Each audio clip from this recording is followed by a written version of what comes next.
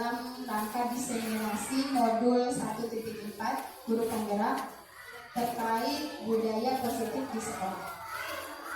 Jadi di sini saya sedang melaksanakan tugas aksi nyata dari modul 1.4 terkait penyebaran pemahaman dan penerapan pengalaman budaya positif di sekolah. Langsung saja ya Bapak Ibu. Nah, di sini saya sudah memasukkan karena memang target sasarannya terkait budaya positif di sekolah itu di satuan pendidikan peserta CGP angkatan 11-nya. Jadi saya sebagai warga sekolah SDN angkatan 2 yang di kepala sekolah oleh Bapak Maman, di bawahnya ada Pak Tata, Pak Arin, Pak Aceh, Bu Teti, Bu Nia, Bu Seli, Bu Sipa, dan saya sendiri yang di tengah. Nah, sebelum kita mulai, baiknya kita berdoa dulu ya Bapak Ibu ya. Saya minta Pak Arin untuk memimpin doa supaya diseminasi hari ini bisa berjalan dengan lancar. Kepada Pak Arin, dipersilakan.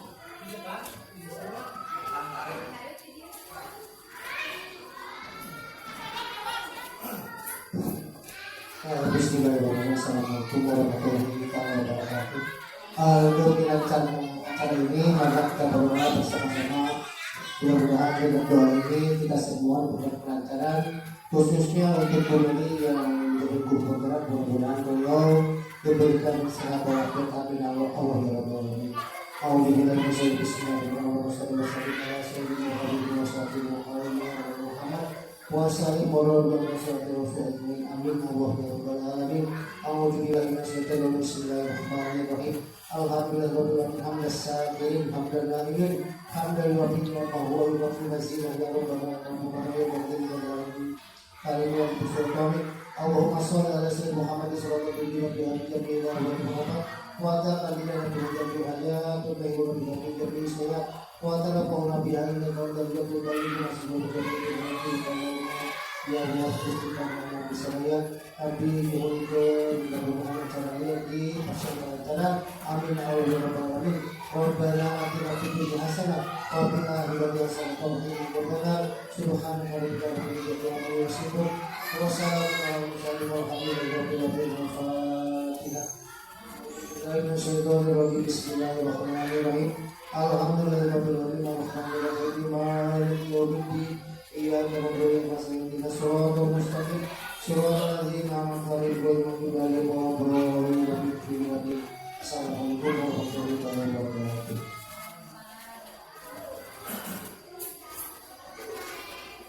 Untuk mohon ke Bapak Arif atas memimpin doa demi kelancaran kegiatan kita hari ini.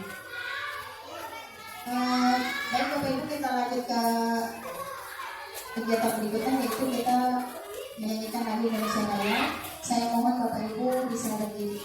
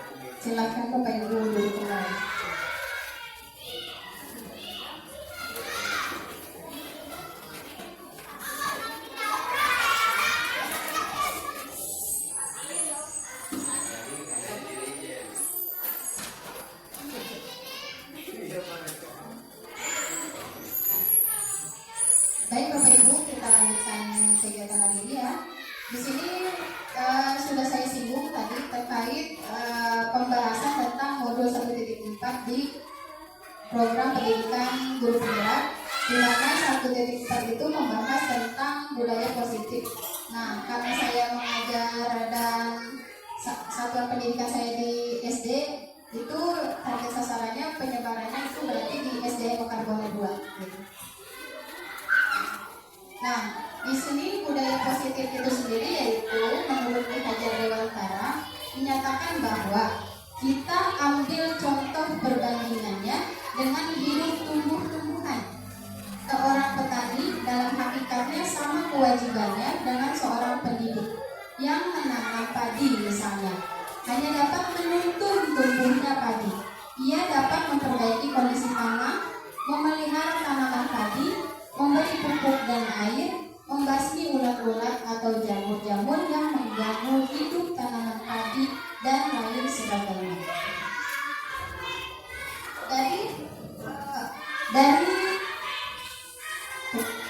Dari uraian yang disampaikan oleh Ki Hajar Dewantara tadi, di mana kita dapat memahami bahwa sekolah diibaratkan sebagai tanah tempat bercocok tanam, sehingga guru harus mengusahakan sekolah di lingkungan yang menyenangkan, menjaga dan melindungi murid dari hal-hal yang tidak baik. Dengan demikian, karakter murid tumbuh dengan baik. Sebagai contoh, murid yang tadinya malas menjadi semangat. Kebalikannya, murid akan mampu menerima dan menyerap suatu pembelajaran bila lingkungan di sekelilingnya terasa aman dan nyaman. Selama seseorang merasakan tekanan-tekanan dari lingkungannya, maka proses pembelajaran akan sulit terjadi. Dengan demikian, tanggung jawab seorang guru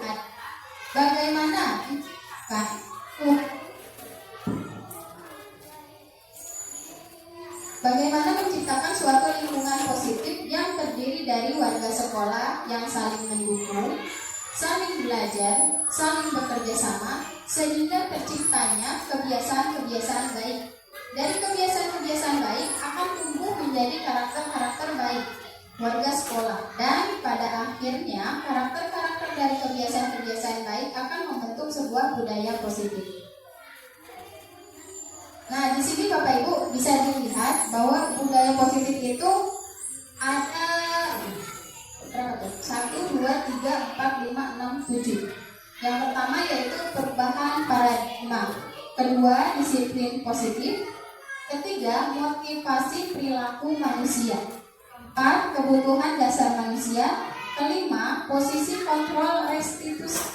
6, panggilan kelas. Dan yang ke-7, segitiga restitusi. Kita bahas dulu poin yang pertama terkait perubahan paradigma. Perubahan paradigma yaitu untuk membangun budaya yang positif, sekolah perlu menyediakan lingkungan yang aman dan nyaman agar murid-murid mampu berpikir, bertindak, dan mencipta dengan merdeka, mandiri, dan bertanggung jawab. Yang kedua, poin yang kedua yaitu disiplin positif. Disiplin positif menurut pemikiran Ki Hajar Dewantara ini sejalan dengan pandangan Dian Gosen dalam bukunya Restructuring School Discipline 2001. Dian menyatakan bahwa arti dari kata disiplin berasal dari bahasa Latin yaitu disciplina yang artinya belajar. Kata disiplin juga berasal dari akar kata yang sama dengan disciple atau murid atau pengikut. Untuk menjadi seorang murid atau pengikut, seseorang harus paham betul alasan mengapa mereka mengikuti suatu aliran atau ajaran tertentu, sehingga motivasi yang terbangun adalah motivasi intrinsik dan bukan ekstrinsik. Disiplin diri dapat membuat seseorang menggali potensinya menuju kepada sebuah tujuan, sesuatu yang dihargai dan bermakna. Dengan kata lain, disiplin diri juga mempelajari bagaimana cara kita mengontrol diri dan bagaimana menguasai diri untuk memilih tindakan yang mengacu pada nilai-nilai yang kita hargai. Dengan kata lain, seseorang yang memiliki disiplin diri berarti mereka bisa bertanggung jawab terhadap apa yang dilakukannya, karena mereka mendasarkan tindakan mereka pada nilai-nilai kebajikan universal. Nah, Bapak Ibu, di sini ada yang sudah tahu semua tentang profil pelajar Pancasila, ada berapa? Ada 6. Apa aja Karim? Terus?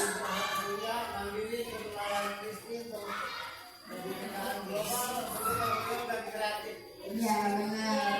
Tepuk tangan. Ya, ini poin-poin terkait profil pelajar Pancasila, di mana profil pelajar Pancasila ini sebagai acuan kita dalam mendidik peserta didik. Ingin seperti apa gitu? Ingin berimankah, bertakwa kepada Tuhan Yang Maha Esa, tentunya mandiri, murid yang bernalar kritis, berkebinekaan global, bergotong royong. Juga kita juga ingin punya murid yang kreatif kan? Nah, poin berikutnya yaitu di mana motivasi perilaku. Untuk menghindari ketidaknyamanan atau hukuman ini adalah tingkat terendah dari motivasi perilaku manusia. Biasanya orang yang motivasi perilakunya untuk menghindari hukuman atau ketidaknyamanan. 2. Untuk mendapatkan imbalan atau penghargaan dari orang lain. 1 tingkat di atas motivasi yang pertama. Di sini orang berperilaku untuk mendapatkan imbalan atau penghargaan dari orang lain. 3. Untuk menjadi orang yang mereka inginkan dan menghargai diri sendiri dengan nilai-nilai yang mereka percaya. Ini salah 3 ya berarti. Ada 3 poin terkait motivasi perilaku. Kenapa seseorang memiliki perilaku seperti itu? Itu ada 3 kategorinya berarti. Pertama itu untuk menghindari hukuman atau ketidaknyamanan. Yang kedua, dia hanya ingin mendapatkan imbalan dan penghargaan dari orang lain, istilahnya pengakuan ya. Dia melakukan seperti itu ingin diakui keberadaannya, eksistensinya.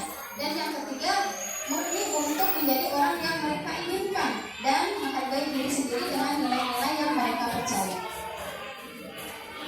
Nah, di sini Pak Arin bisa dibacakan nggak? Jangan Pak Arin mulu deh.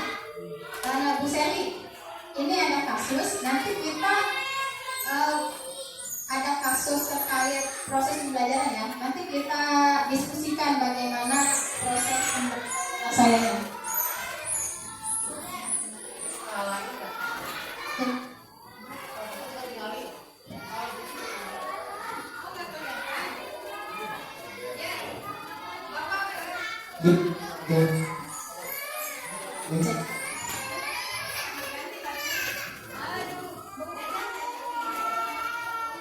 Hal ini dibaca langsung, boleh.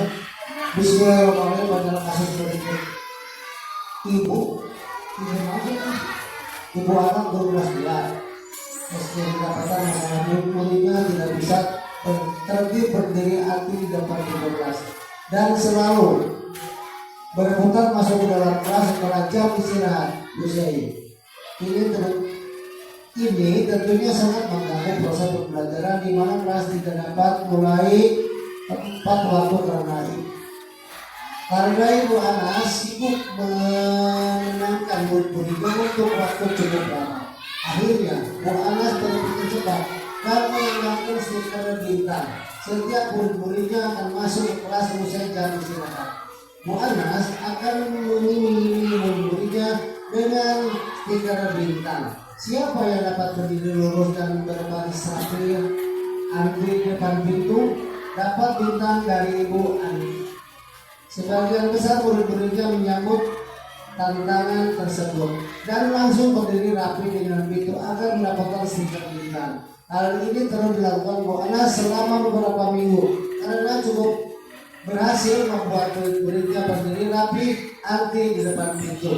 Sampai pada suatu saat Bu Anas sakit dan terpaksa digantikan Pak Heru. Pak Heru tidak mengetahui tentang stiker bintang dan benar saja pada saat mau masuk kelas usai jam istirahat berbunyi kelas 2 kembali berebutan masuk kelas. Apa yang terjadi? Mengapa? Tahu? Mengapa itu? Karena mungkin tidak dikasih bintangnya atau dulu. Tidak ada motivasi perilaku yang tadi disebutkan, Pak. Kan ada motivasi perilaku itu kok memang berdasarkan dari diri sendiri. Ada lagi yang dia butuh pengakuan. Ya, tadi kan di sini dijelaskan ada 3 motivasi perilaku itu. Dia untuk menghindari ketidaknyamanan itu. Ini ada yang poin pertama itu sikap motivasi perilaku yang paling sangat rendah, ya. Dimana biasanya orang yang motivasi perilakunya seperti ini hanya untuk menghindari hukuman atau ketidaknyamanan, seperti itu ya. Nah, yang kedua tadi motivasi perilakunya untuk mendapatkan imbalan atau penghargaan dari orang lain, 1 tingkat di atas motivasi yang pertama. Di sini orang berperilaku untuk mendapatkan imbalan atau penghargaan dari orang lain. Dan yang ketiga, untuk menjadi orang yang mereka inginkan dan menghargai diri sendiri dengan nilai yang mereka percaya. Ini tulus ya. Nah, di sini kasusnya itu ketika Bu Ana sakit, ya. Terus tadinya anak-anak tertib, si penyelesaian dengan bintang tadi ya. Pas Pak Heru masuk, Bu anaknya nggak masuk, malah jadi terbengkalai lagi. Anaknya kira-kira masuknya motivasi yang mana? Dari 3 poin yang tadi. 2. Nomor 2 untuk mendapatkan imbalan, betul? Iya. Betul. Karena kalau nggak dikasih bintang, mereka tidak Jadi berantakan lagi. ya, betul. Gitu ya. Ya. Lalu beri nama berani supaya rapi. Beri duit beri 5.000. Langsung. Nah,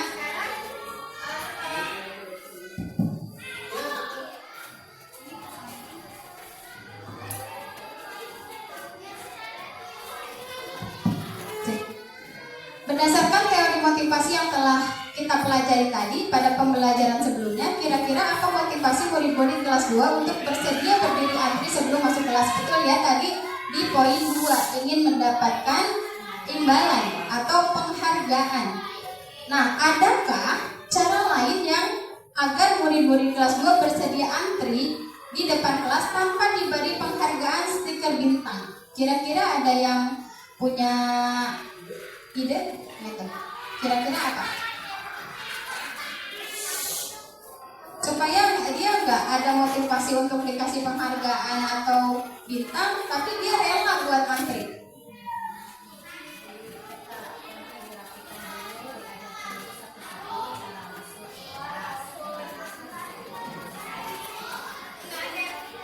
Belajar ya, jadi nggak ada yang salah di sini. Assalamualaikum warahmatullahi wabarakatuh. Kalau menurut pendapat saya ya, bisa anak tanpa imbalan kita ajarkan dulu. Kalau yang baris dulu di samping di depan kelas, anak berbaris dan bilang siapa yang rapi, baru silakan masuk satu persatu. Gitu. Bajunya juga harus rapi, barisnya juga harus rapi, silakan masuk dan ikut belajar. Begitu menurut saya. Tapi Ada yang lain? Kira-kira? Datang kan dikasih penghargaan. Ya. Ya. Nah, itu bisa beberapa cara penyelesaian yang dicari oleh guru dengan pendekatan-pendekatan secara personal kepada peserta didik ya, supaya misalkan mereka masuk ke motivasi perilaku yang nomor 3 tadi, yang ini, untuk menjadi orang yang mereka inginkan dan menghargai diri sendiri dengan nilai-nilai yang mereka percaya. Berarti di sini tugas guru itu menuntun, memberikan pengetahuan terkait tata tertib sekolah, ya, itu ya. Nah, sekarang ada lagi tentang disiplin positif itu terkait hukuman dan konsekuensi. Hukuman dan konsekuensi. Dijelaskan dulu, hukuman bersifat tidak terencana atau tiba-tiba. anak atau murid tidak tahu apa yang akan terjadi dan tidak dilibatkan. Hukuman bersifat satu arah dari pihak guru yang memberikan, dan murid hanya menerima suatu hukuman tanpa melalui suatu kesepakatan atau pengarahan dari pihak guru, baik sebelum atau sesudahnya. Nah, sekarang konsekuensi itu sudah terencana atau sudah disepakati, sudah dibahas dan disetujui oleh murid dan guru. Umumnya bentuk-bentuk konsekuensi dibuat oleh pihak guru atau sekolah, dan murid sudah mengetahui sebelumnya konsekuensi yang akan diterima bila ada pelanggaran. Contohnya, nah tadi kan udah dijelasin ya, kalau hukuman itu kan satu arah, ya, guru yang membuat. Misalkan kamu tidak mengerjakan PR, kamu harus push up 100 tanpa murid tahu kita harus push up gitu. Nah, itu maksudnya hukuman. Tapi kalau konsekuensi itu maksudnya seperti tata tertib, ya, tata tertib yang sudah disepakati sebelumnya. Ada penjelasan di mana misalkan kalau misalnya kita hari Senin pakai baju putih-putih, ya, sudah disepakati. Tapi ketika anak yang tidak pakai baju putih-putih, itu dari pihak sekolah sudah misalkan ada konsekuensi hukuman, bukan hukuman ya, maksudnya itu yang udah disepakati sebelumnya, udah diketahui kalau misalnya tidak memakai baju merah putih, putih-putih tiap hari Senin ada denda. Nah, itu konsekuensi. Tapi tahu, aduh berarti hari Senin harus pakai baju putih-putih, nanti takutnya kena denda. Nah, itu maksudnya konsekuensi. Tapi kalau hukuman ketika anak melakukan kesalahan, langsung satu arah dari pihak guru. Nah, sekarang ada soal, Pak. Lihat ya. Nomor 1, mencatat 100 kali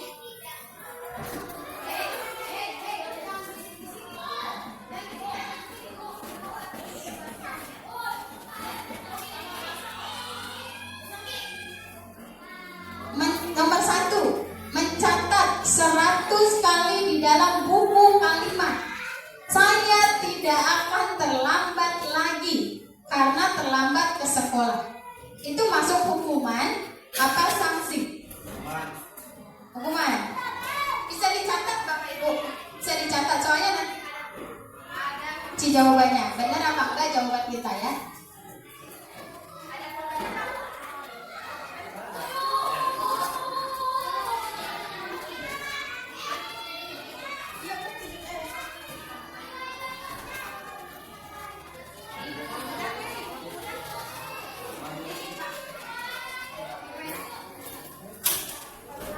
Ini nomor 1 maksudnya hukuman ya.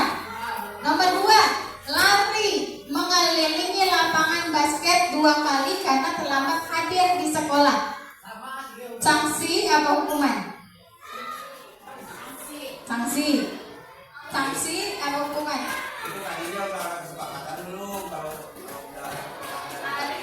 Lapangan basket 2 kali karena terlambat hadir di sekolah. Lari mengelilingi lapangan basket karena terlambat hadir di sekolah. Kira-kira guru ada pemikiran nggak untuk menerapkan tata tertib seperti itu?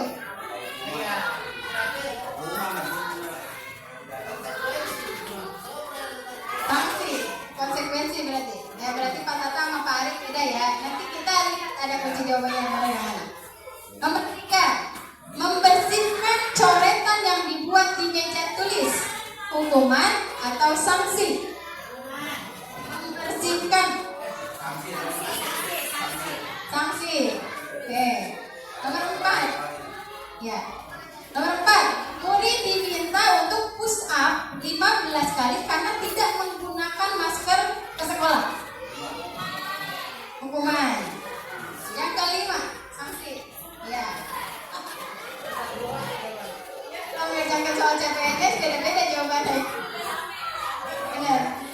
Nomor 5, menggantikan kertas tugas teman yang telah dicoret-coret. Sanksi apa hukuman? Menggantikan kertas tugas yang telah dicoret-coret. Hukuman. Lihat jawabannya ya. Oh, masih ada nomor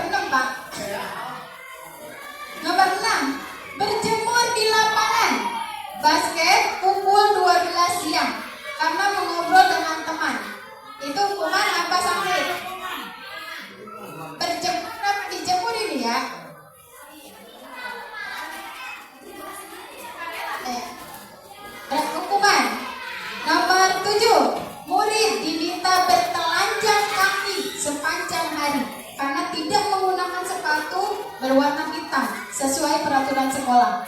Itu hukuman apa sanksi? Sesuai peraturan sekolah. Sanksi. Coba ya, nanti kita lihat jawabannya. Nomor 8. Berdiri di depan kelas sambil mengangkat kaki satu karena tidak menjawab pertanyaan. Sanksi apa hukuman? Hukuman. Nomor 9. Membersihkan tumpahan air di meja tulis karena tersenggol pada saat belajar. Sanksi atau hukuman? Hukuman. Membersihkan tumpahan air di meja tulis. Yang nomor 10. Kehilangan 10 menit jam istirahat untuk mengerjakan tugas karena terlambat datang dan tertinggal pelajaran selama 10 menit. Hukuman apa sanksi? Sanksi. Ya, kita lihat jawabannya ya bareng-bareng. Nah, di sini Amun guru kabarangan kumaha? Biasa. di sanksi Pak, minta maaf sanksinya. Bikin kesepakatan kelas bisa Pak. Ya. Buat kesepakatan kelas. Anda coba ya. Nomor 1 jawabannya ternyata mencatat 100 kali di dalam buku kalimat itu masuk ke kategori sanksi, bukan hukuman ya. Saya tidak akan terlambat lagi, itu konsekuensi. Jadi bisa disepakati. Bisa disepakati kalau misalnya tidak masuk terlambat, kita buat apa gitu ya. Nomor 2, lari menghalangi, udah jelas ya, ini hukuman. Nomor 3, membersihkan coretan yang dibuat di meja tulis, itu maksudnya sanksi karena bisa kita sepakati seperti itu. Nomor 4, murid diminta untuk push up, nah ini jelas, ini masuk ke hukuman. Yang kelima, menggantikan kertas tugas teman yang telah dicoret-coret, itu maksudnya sanksi karena bisa disepakati sebelumnya seperti itu. Nah, berjemur di lapangan, sudah jelas ya, ini masuk hukuman. Yang ke-7, murid diminta bertelanjang kaki, sudah jelas itu hukuman. Berdiri di depan kelas, sudah pasti hukuman. 9, membersihkan tumpahan air, nah ini membersihkan tumpahan air, kalau kita bisa sepakati itu maksudnya sanksi atau konsekuensi. Dan yang terakhir, kehilangan 10 menit, tertinggal selama 10 menit, itu maksudnya sanksi karena sebelumnya kita bisa sepakati dulu Bu, kalau kita melakukan kesalahan-kesalahan itu apa yang akan kita berikan seperti itu. Nah, di sini ada 5 kebutuhan dasar manusia. 1, kebutuhan bertahan hidup. 2, kasih sayang dan rasa diterima, kebutuhan untuk diterima. 3, penguasaan, kebutuhan pengakuan atau atas kemampuan. 4, kebebasan, kebutuhan akan pilihan. 5, itu kesenangan, kebutuhan untuk merasa senang. Ini 5 kebutuhan dasar manusia ini harus dipahami oleh guru karena supaya kita bisa terapkan ke peserta didik gitu dalam pembentukan karakternya. Itu ya. Ini anak ini sukanya apa, butuhnya apa. Misalkan ada anak nakal gara-gara memang dia kurang perhatian di rumah seperti itu ya. Ini kita lihat video dulu ya Bu.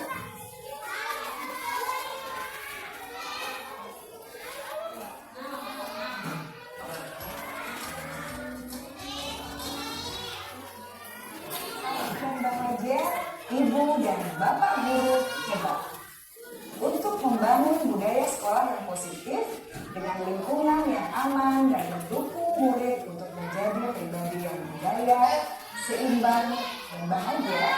Salah satu upaya yang dapat dilakukan oleh guru adalah memahami kebutuhan dasar yang mendasari perilaku murid. Pada video kali ini kita akan membahas tentang 5 kebutuhan dasar manusia.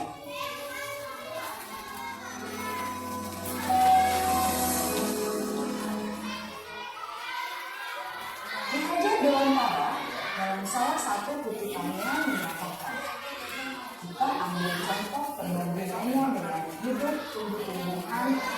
Seorang petani dalam hakikatnya sama kewajibannya dengan seorang pendidik yang menanam padi bersama. Hanya dapat menuntun tumbuhnya padi, ia dapat memperbaiki kondisi tanah, memelihara tanaman padi, memberi pupuk dan air, memasak ulat-ulat atau jamur-jamur yang mengganggu hidup tanaman padi, dan lain sebagainya. Ketika guru memahami kebutuhan apa yang mendasari kebutuhan murid, guru berusaha menuntun dan mendukung murid dalam memenuhi kebutuhannya secara positif.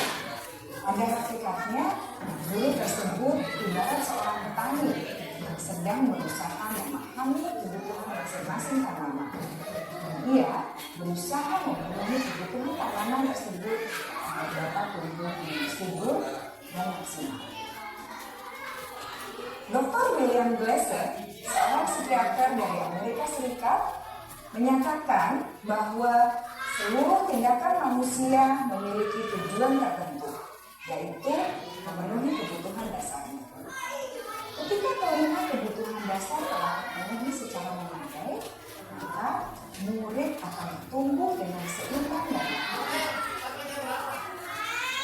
Sebaliknya, ketika kebutuhan dasar tidak terpenuhi dengan baik, maka seseorang akan mengalami emosi negatif seperti bosan, sedih, dan kecewa. Maka,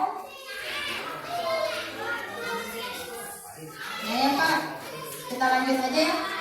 Itu penjelasan dari Kementerian Pendidikan terkait tadi 5 kebutuhan manusia, intinya ke situ pembahasannya ya Pak. Nah, sekarang ada kasus lagi, ya. Ada kasus, saya langsung bacakan aja ya Pak. Bimo, seorang anak TKB, selalu berlari keluar kelas menuju jalan raya di depan sekolahnya yang ramai dengan kendaraan. Tingkahnya membuat guru Bu Ani bingung dan seringkali lari mengajarnya. Ada beberapa kemungkinan jawaban yang diberikan Bimo. Identifikasi kebutuhan yang ingin dipenuhi oleh Bimo jika respon Bimo seperti kolom di sebelah kiri. Nah, tadi kan kebutuhan manusia, Bapak Ibu, ini nih. Nah, ini kebutuhan bertahan hidup. Kedua, kebutuhan kasih sayang dan rasa diterima. Ketiga, dia penguasaan, kebutuhan pengakuan atas kemampuan. Keempat, kebutuhan kebebasan. Kelima, kebutuhan kesenangan. Ya, nah, kebutuhan untuk merasa senang gitu. Nah, di sini tadi Bimo itu suka lari ke jalan raya, gurunya sampai ngejar-ngejar ke jalan, kan? Pas ditanya diidentifikasi banyak banget jawabannya.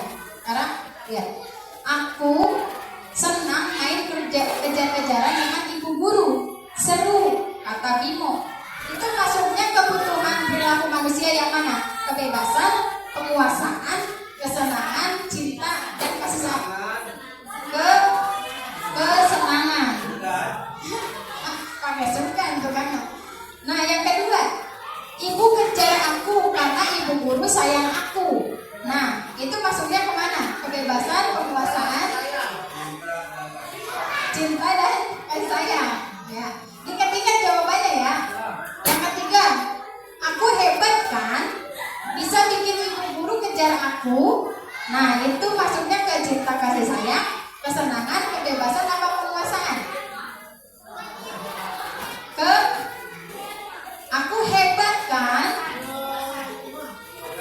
Kebebasan. Yang keempat, aku bosen belajar mewarnai terus di dalam kelas. Apa? Bosen. Kebebasan. Nah, ini jawabannya ya Bapak Ibu. Benar. Kebebasan dulu. Oke, jawabannya tadi. Yang terakhir betul kebebasan ya. Nomor 3 penguasaan. Emang benar? Iya bagus. Berarti Bapak Ibu sudah paham tentang perilaku kebutuhan manusia ya. 5 kebutuhan pokok manusia. Paham kan?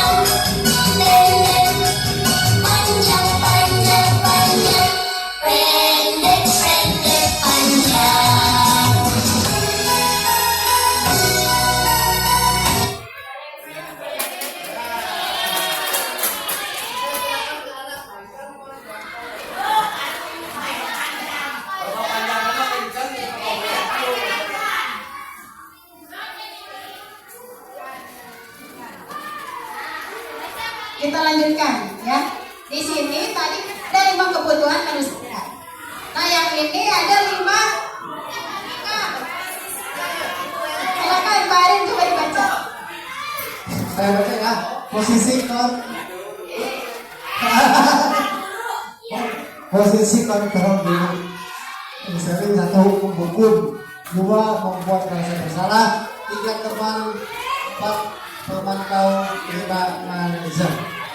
Ya, itu adalah posisi 5 posisi hukuman kontrol guru. Iya. Nah, di sini pokoknya di sini ada kata ya Pak. Nah, di sini aku langsung jelasin aja ya, 5 posisi kontrol guru itu ada 5. Itu menghukum. Yang tadi misalkan kalau kamu terlambat sekolah push up 100 kali, itu masuk hukuman. Itu posisi kontrol guru ya. Yang kedua, membuat merasa bersalah. Kenapa kamu melakukan itu? Kamu membuat temanmu menangis misalkan, ya. Itu membuat merasa bersalah. Yang ketiga, sebagai teman, udahlah santai aja sama ibu ma, sama bapak ma, kamu melakukan itu juga gitu, ya. Nah, kalau kayak teman gitu. Tapi ini ya, ada positif dan negatifnya ya bapak ibu ya. Yang ketujuh, berarti fokus Bu Teti. Yang keempat itu sebagai pemantau. Jadi hanya dipantau, tapi tidak ada pendekatan yang lebih yang dilakukan, ya. Yang terakhir itu manajer. Kalau itu dilakukan semua posisinya. Manajer itu melakukan pendekatan untuk mencari solusi dari sebuah permasalahan. Tidak menggunakan hukuman, ya.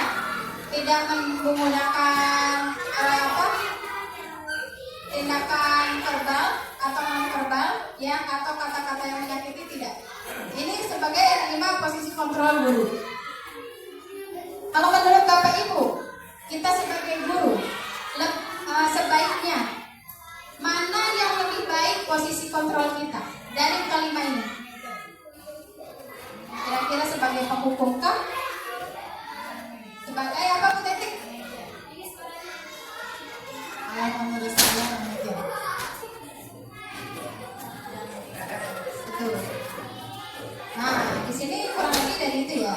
Nah, setelah melihat video tadi posisi kontrol yang mana yang dianggap paling baik menurut Bapak Ibu, jelaskan. Sudah dijelaskan sama Bapak Bu Teti ya. Itu posisi kontrol yang memang lebih baik kita terapkan itu sebagai manajer di sekolah. Jadi menuntun, membimbing, kontrol itu dilakukan sebagai guru, ya. Lanjut. Mengapa keyakinan kelas tidak peraturan kelas saja? Mengapa keyakinan kelas? Menurut Bapak Ibu, keyakinan kelas atau peraturan kelas yang lebih baik? Sama apa enggak keyakinan kelas sama peraturan kelas, sama enggak? Tidak. Coba jelaskan. Kenapa berbeda? Peraturan sekolah ya mungkin ya semua tertentu dibikin di kelas, diterapkan begini gitu. Kalau keyakinan kelas mah apa ya? Dibuat kita kesepakatan bersama. Kalau peraturan mah Bu itu kalau peraturan berupa ada. Kalau keyakinan dalam hati kan itu bedanya. Kalau peraturan itu ada. Iya. Jelas. Tidak tertulis. Tidak tertulis. Iya. Bagus Pak. Baru jawabannya benar semua sebetulnya ya. Keyakinan kelas merupakan kesepakatan antara murid dan guru, sedangkan peraturan berasal dari satu pihak saja. Jadi peraturan itu misalkan kita sebagai guru kelas itu buat peraturan selama di kelas 5 tidak boleh berisik, menulis harus selesai, tugas harus dikerjakan, PR harus dilaporkan. Nah, itu peraturan, ya. Tapi kalau keyakinan kelas itu disepakati. Nah, selama kita kelas 5, apa saja yang harus kita lakukan? Misalkan PR harus diselesaikan atau tidak, ya kan? Terus apa lagi?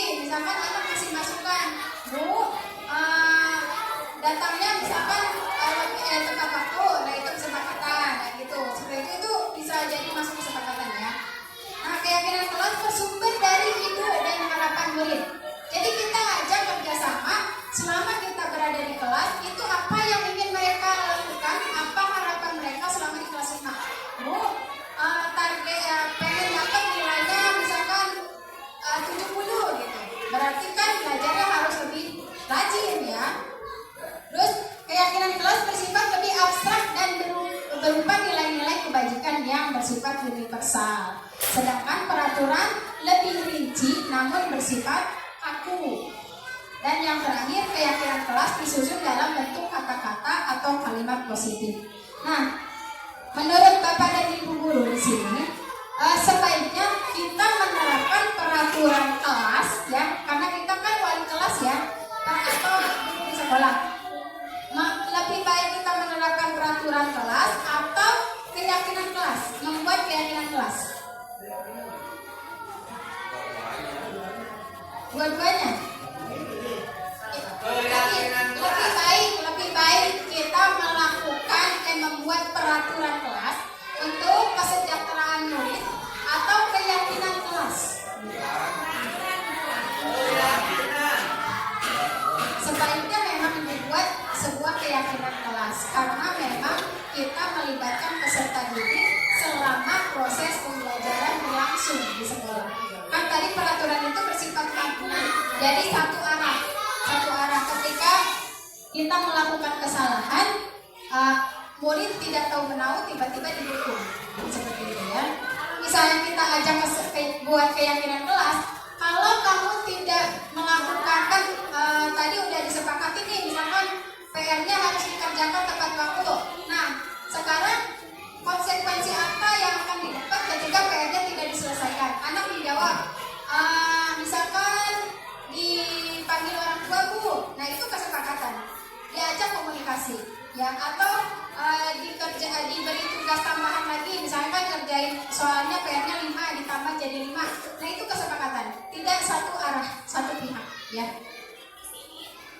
Nah di sini keyakinan kelas bersifat lebih abstrak daripada peraturan yang lebih rinci dan konkret. Keyakinan, jadi kalau keyakinan kelas mah bisa di kumaha kita gitu, kumaha enakna, kumaha nyamana. Kalau peraturan itu sudah dibuat, kamu mau gak mau ikut gitu ya. Nah keyakinan kelas berupa pernyataan-pernyataan universal. Pernyataan keyakinan kelas senantiasa dibuat dalam bentuk positif. Keyakinan kelas hendaknya tidak terlalu banyak sehingga mudah diingat dan dipahami oleh semua warga kelas. Keyakinan kelas sebaiknya sesuatu yang dapat diterapkan di lingkungan tersebut. Semua warga kelas hendaknya ikut berkontribusi dalam pembuatan keyakinan kelas lewat kegiatan curah pendapat, di mana bersedia meninjau kembali keyakinan kelas dari waktu ke waktu. Itu bisa ditinjau kembali, kalau misalnya tidak efektif bisa disepakati ulang. Contohnya kalau mau bertanya angkat tangan, nah itu masuk keyakinan kelas ya. Kalau mau bertanya angkat tangannya dulu, itu masuk keyakinan. Nah, keyakinan kelas berisi nilai-nilai kebajikan yang diterima secara universal, lepas dari latar belakang budaya, bahasa, suku, bangsa maupun agama, berupa hal-hal seperti keadilan, kehormatan, peduli, integritas, kejujuran, pelayanan, keamanan, kesabaran, tanggung jawab, mandiri, berprinsip, keselamatan, kesehatan, dan masih banyak nilai-nilai yang lainnya. Nah, nih Bapak Ibu bisa dilihat di sini ya. Contoh perbedaan peraturan dan keyakinan kelas dari segi susunan katanya. Kalau peraturan, kembalikan barang ke tempatnya. Nah, keyakinannya itu satu, tanggung jawab. Kedua, dilarang mengganggu orang lain. Toleransi dan menghormati. Ketiga, hadir di sekolah tepat waktu jam 7, yaitu keyakinannya disiplin dan komitmen. Keempat, dilarang melakukan kekerasan. Keyakinannya yaitu dia keamanan dan cipta damai. Dan kelima, dilarang menggunakan narkoba. Keyakinannya adalah kesempatan. Itu bisa dibuat sebuah keyakinan kelas ya. Adapun nilai-nilai kebajikan yang diterima secara universal lepas dari latar belakang budaya, bahasa, suku, bangsa maupun agama berupa hal-hal seperti keadilan, kehormatan, peduli, integritas, kejujuran, pelayanan, keamanan, kesabaran, tanggung jawab, mandiri, berprinsip, keselamatan, kesehatan, dan masih banyak lagi nilai-nilai yang lainnya. Nah, di sini kita masuk ke poin terakhir, di mana disiplin positif itu ada segitiga restitusi. Dilansir dari buku Evolusi Pendidikan bersama Calon Guru Penggerak 2022 oleh Rusli dan teman-teman, restitusi sebuah cara menanamkan disiplin positif pada murid. Restitusi bukan untuk menembus kesalahan, namun untuk belajar dari kesalahan. Tujuannya untuk memperbaiki hubungan. Nah, di sini ada segitiga restitusi. Nah, ya, ketika ada anak melakukan kesalahan, itu ada pertanyaan, kamu ingin menjadi orang yang seperti apa? Ya, di sini ada keyakinan kelas apa yang telah kita sepakati. Ketika ada anak yang melanggar sebuah kesepakatan, ya misalnya tidak mengerjakan PR, waktu itu keyakinan kelas apa yang kita sudah sepakati, harus mengerjakan PR tepat waktu. Terus di sini punya kelas, mengapa melakukan itu? Kenapa kamu tidak mengerjakan PR? Soalnya saya membantu orang tua saya di rumah, Bu. Gitu. Ya, misalnya jawaban anak. Dan yang terakhir, anak itu dilibatkan untuk mencari solusinya. Adakah cara yang lebih efektif untuk mendapatkan apa yang kamu butuhkan? Ada kira-kira supaya kamu mengerjakan PR tepat waktu, solusinya apa? Oh, saya mengerjakan PR, baru bantu orang tua. Nah, itu solusi yang muncul dari anak, bukan ditentukan oleh gurunya. Yang guru hanya mengarahkan seperti itu. Nah, di sini segitiga restitusi ada langkah-langkahnya. Yang pertama, menstabilkan identitas, kedua, validasi tindakan, dan ketiga, menanyakan keyakinan. Menstabilkan identitas tadi yang bawah ya. Pokoknya itu bentuknya segitiga, tapi menghukum anak ketika melakukan kesalahan, diajak diskusi, tahu salahnya, tahu jalan keluarnya, seperti ya. Nah, kita masuk ke sesi yang terakhir ya, Bapak Ibu. Ini ada yang namanya bukan kali. Kira-kira diseminasi kita hari ini apa saja yang sudah Bapak Ibu dapatkan? Sok Pak Arim.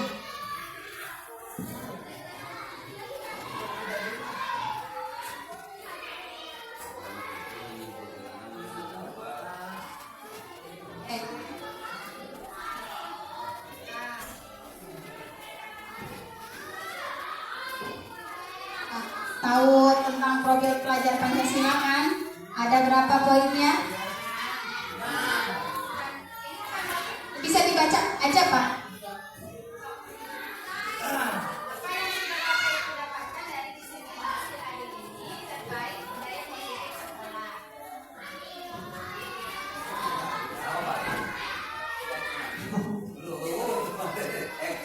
Oh, kan lagi kamu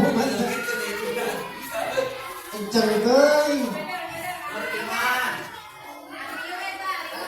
Ini kebutuhan dasar manusia, satu kebutuhan bertahan hidup, kasih sayang dan rasa diterima, kebutuhan untuk diterima. Tiga, penguasaan kebutuhan, pengakuan atas kemampuan, kebebasan kebutuhan akan pilihan, kesenangan kebutuhan untuk merasa senang. Nah, lanjut. Berarti hari ini kita bisa mengetahui ya 5 kebutuhan manusia. Nah, manusia itu kan peserta didik kita gitu ya. Ini bukan manusia ini. Kita guru, maksudnya supaya paham kebutuhan peserta didiknya apa aja. Kalau ada yang sedih, apa yang dia rasakan gitu ya. Nah, satu lagi minta umpan baliknya dari satu orang. Excelin. Ini mah nggak harus baca.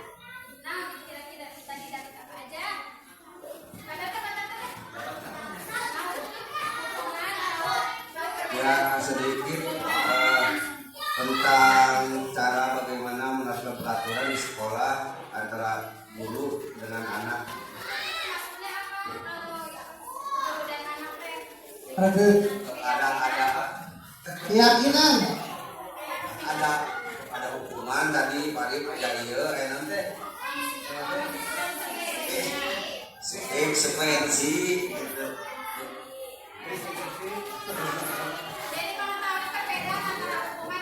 Ya tadi menjelaskan bagaimana perbedaan antara hukuman dengan konsekuensi, kunci. Itu macam apa? Yang terakhir Ya, saya bisa tahu keyakinan dan peraturan kelas. Perbedaannya. Kira-kira mau nerapin yang mana, peraturan apa keyakinan? Keyakinan.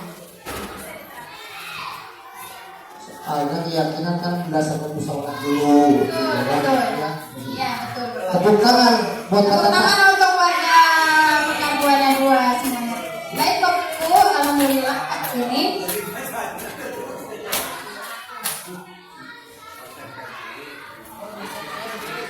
pasti diajar.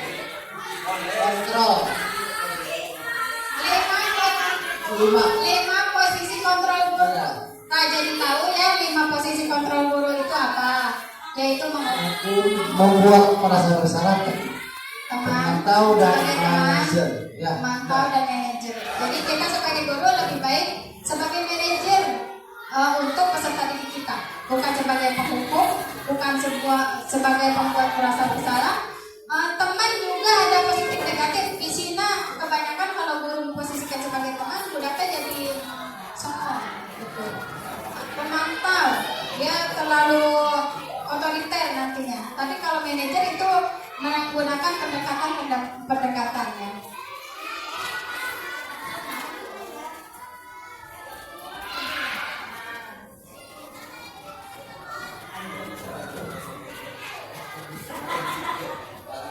Masih belajar. Baik Bapak Guru, saya ucapkan terima kasih banyak atas partisipasinya, atas berjalannya diseminasi kita terkait pembahasan modul 1.4 tentang budaya positif di sekolah. Sebelum kita tutup diseminasi hari ini, saya mohon kepada Bapak Arif untuk memimpin doa terlebih dahulu. Silakan Bapak. Bisa baca doa. Suatu akhir aja ya, berdoa mulai Bismillahirrahmanirrahim. Wal asri innal insana lafi khusr illa alladziina aamanu wa amilus shalihati wa tawasaw bil haqqi wa tawasaw bis sabr. Sadaqallahul adzim. Assalamualaikum warahmatullahi wabarakatuh. Rapi-rapi cep. Bapak Ibu, terima kasih banyak. Saya ucapkan terima kasih banyak untuk mengikuti kegiatan hari ini. Kita Alhamdulillah. Rapi-rapi Assalamualaikum cep. warahmatullahi wabarakatuh. Rapi-rapi cep.